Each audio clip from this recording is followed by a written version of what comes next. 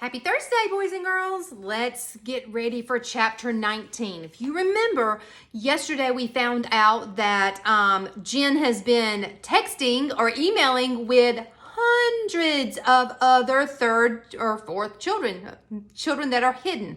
And Luke just found out. So when he asked what the password was, Jen said the password was free. Did y'all think about that? The full meaning of that password being free and what that means to children like Luke and Jen. Let's finish reading and let's continue with chapter 19. Luke left Jen's that day with a pile of books and computer printouts clutched to his chest. That means holding really, really tight. Some reading material for you, she said, so you'll understand. Back in his own room, Luke sat down on his bed and opened the first book. It was thick and carried its title in ominous black letters, The Population Disaster. The type inside was small and closely spaced. Luke read a sentence at random. While debate continues over the carrying capacity of the earth, he skipped ahead. If the total fertility rate in individualized countries had remained at or below 2.1, Luke saw that reading this book would be like puzzling out the letters Dad got from the government. He glanced over at the other two books, The Famine Years Revisited and The Population Reversal. They looked no easier. The computer printouts were at least brief, but both The Problem of the Shadows and The Population Law, Our Country's Biggest Mistake, were full of big words too. Luke sighed. He was tempted to put the books aside and just ask Jen to explain them to him. And he might have, except for what she'd said as she'd begun handing them to him. Oh my gosh, I didn't think. You can read, can't you? Of course, Luke said stiffly. I was reading in that chat room, wasn't I? Yes, but you could have been. Oh, never mind. I offended you again, haven't I? Me and my big mouth. It wouldn't have been anything to be ashamed of, even if you couldn't. Oh, I'm making things worse. I'll shut up. Here. And it seemed to Luke that she'd pulled even bigger books off the bookshelves after that. Now, he turned to the beginning of The Population Disaster and began reading. Since some elements of the overpopulation crisis were foreseen in the 1800s, an uninformed observer could only wonder why humankind came so near to total annihilation. But Luke reached for the dictionary and settled in for the long haul. It rained for the next several days, so Luke read constantly, not even tempted to race over to Jen's instead. He could hear Dad banging around downstairs, stomping in and out of the barn or the machine shed. Now that the harvest was in, Luke thought Dad might be bored without the pigs to take care of. So Luke read cautiously, always ready to shove his book under his pillow and replace it with one of his adventure books. The preparation paid off on the fourth day when he heard Dad's footsteps on the stairs. Hey, Luke, what are you up to? Nothing, Luke said, turning Treasure Island right side up at the very last moment. Dad didn't notice. Want to play cards? They played rummy on Luke's bed. Luke could feel the corner of the population disaster poking in his back throughout the entire game, and he kept wanting to ask Dad about what he was learning. He spent most of the first game biting his tongue. Dad won. Again, Dad asked, shuffling the cards. If you don't have any work you've got to do, in November with no livestock, only work I've got now is figuring out how we're going to pay our bills once the hog money runs out. Isn't there some way to grow stuff inside during the winter? Like down in the basement with special lights, lots of water, and extra minerals? And then you could sell it, Luke asked without thinking. He'd just finished reading a chapter in the population book about hydroponics. Oh my goodness, boys and girls, hydroponics. Did you know that Miss Enlow started her own hydroponic garden since we've been out of school? I will have to show you one day.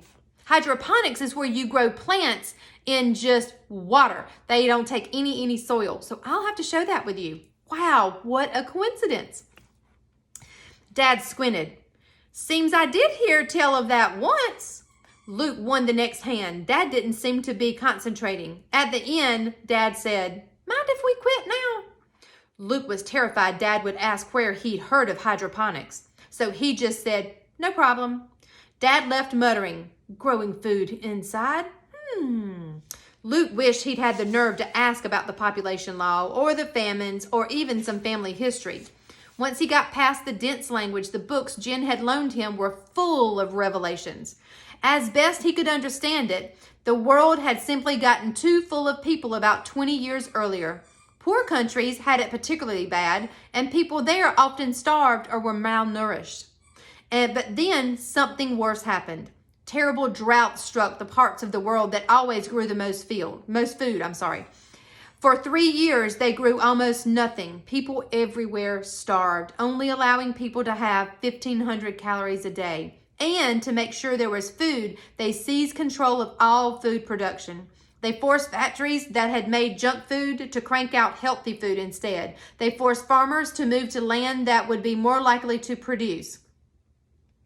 But the government didn't think that was enough. They wanted to make sure there would never again be more people than the farmers could feed. So they passed the population law too.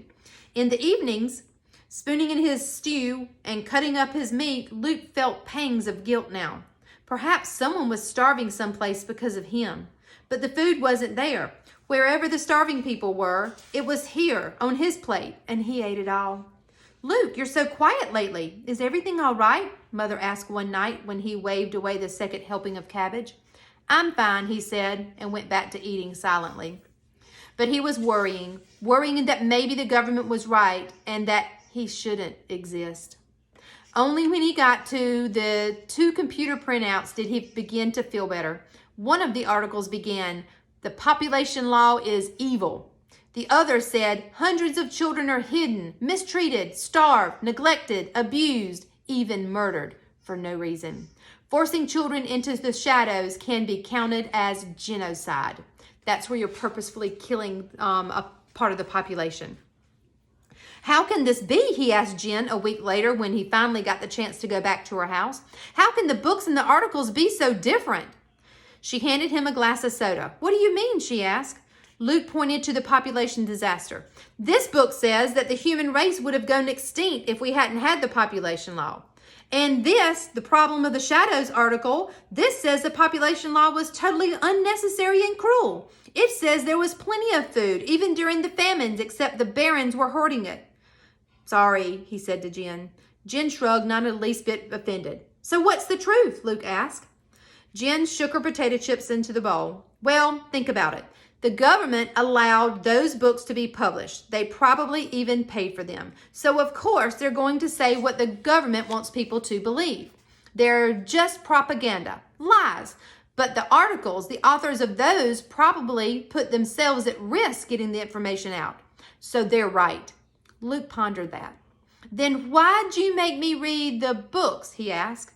"So you'd understand how stupid the government is," Jen said. "So you'd understand why we have to make them see the truth." Luke looked at the stack of thick books on the Talbert's kitchen counter. They looked so official, so important. But who was to say they weren't true? Which ones would you believe, boys and girls? Would you believe the books that the government wrote, or would you believe the articles that regular people wrote? Think about that today, and we'll come back together for chapter 20 tomorrow.